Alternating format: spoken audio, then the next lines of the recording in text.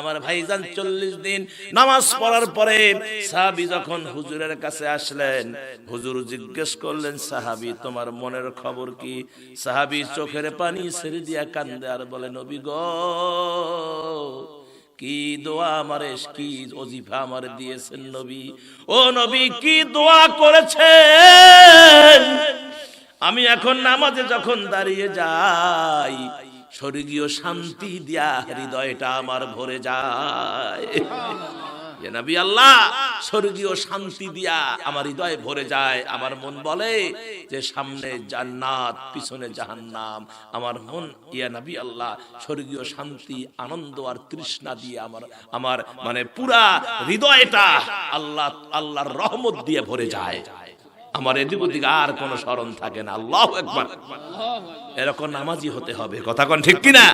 এরকম নামাজি হতে হবে আমার ভাইয়েরা। এই জন্য আল্লাহ রাব্বুল আলামিন বলেছেন, ওয়াকিমুস সালাতা ওয়া আতুস যাকাতা ওয়া আতিউল্লাহ আতিউর রাসূল লাআল্লাকুম তুরহামুন।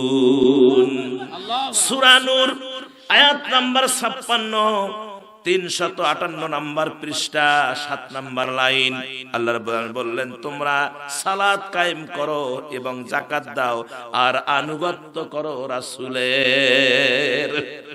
নবীজি যেভাবে নামাজ পড়তে বসেবে, নামাজ কোন পীরের আনুগত্য এখানে করতে বলে নাই। এই আয়াতে কোন পীরের কথা কয় নাই, বুজুর্গের কথা কয় নাই, দরবেশের কথা কয় নাই, কোন নেতার কথা বলে নাই। একজন নেতা, তিনি হলেন মুহাম্মাদুর রাসূলুল্লাহ। পীর ধরবেন, আমি বাধা দেই না, তবে বুঝে সুঝে ধরবেন। অনেকে তরিকাবন্দী লোক থাকতে আছে না? নাই আছে, অনেকে আছে, আমি তাদেরকে বাধা দেব না। আপনি তরিকা ধরেন, আপত্তি নাই, তবে যে পীর কোরআন মানে, যে পীর নামাজ পড়ে সেই তরিকা ধরে। যে পীর নামাজ পড়ে না, কোরআন মানে না, রোজা নাই, উজু নাই, গোসল নাই, কথা কন, এদেরকে ধরলে আপনিও, ওরাও জাহান্নামে যাবে, আপনিও জাহান্নামে যাবেন। তাহলে আমাদের সবচাইতে বড় পীর হলো মুহাম্মাদুর রাসূলুল্লাহ। জোরে কোন, জোরে কোন। এই পীরের কোনো ভেজাল আছে? হ্যাঁ, এই পীরের কেমন পীর দেখেন আমার ভাইয়েরা, কেমন পীর নেতা দেখেন। তাহাজ্জুদ, আমরা তো সবাই ঘুমায়া থাকি, প্রিয় নবী ঘুমায় না, সারা রাত জাগিয়ে জাগিয়ে ইবাদত করে, দাঁড়িয়ে দাঁড়িয়ে ইবাদত করে। পা ইবাদত দাঁড়িয়ে থাকতে থাকতে পা এরকম ফুলে দেন। আম্মা জান আয়েশা বলেন, ইয়া নবী আল্লাহ, আপনার তো কোনো গুনাহ নাই, আপনি তো মাসুম, তো এত ইবাদত।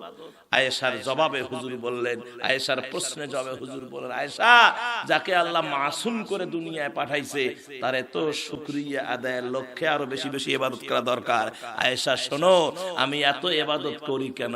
আমার গুনাহগার উম্মত, আমার গুনাহগার উম্মত, তারা যখন কিয়ামতের ময়দানে আটকা পড়বে, এই ইবাদত হবে আমার গুনাহগার উম্মতের নাজাতের জরিয়া।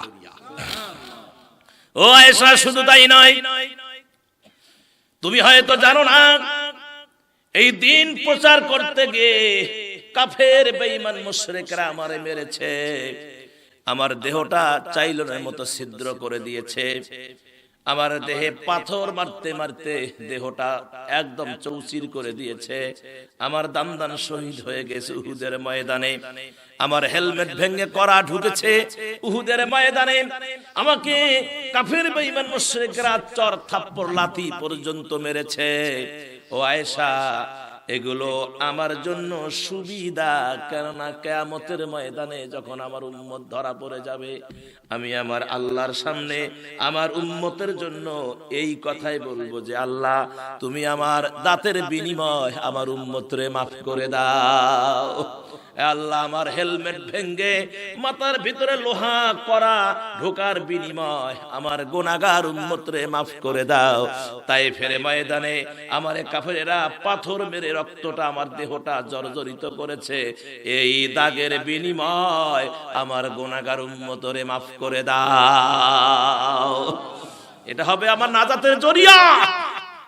প্রিয় নবীকে যখন রওজায় রাখা হবে, জান্নাতুল, আপনার কি বলে, রিয়াজুল জান্নাহ, হুজুরকে যখন সেখানে রাখা হবে, রাখার সময় হুজুরের গায়ে কোনো কাদা ছিল না, হুজুরকে সুন্দর করে শোয়ানো হয়েছে, কিন্তু হুজুর যখন উঠবেন গায়ে থাকবে কাদা।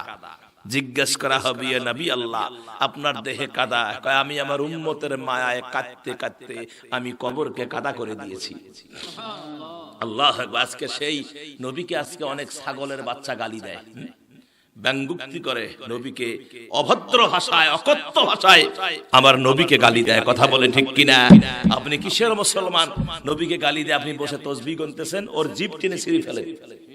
যদি মুসলমানের বাচ্চা হয়ে থাকেন, আমার নবীকে যারা গালি দেয় জিভ টেনে ছিঁড়ে ফেলা দরকার। কথা বলে ঠিক কিনা?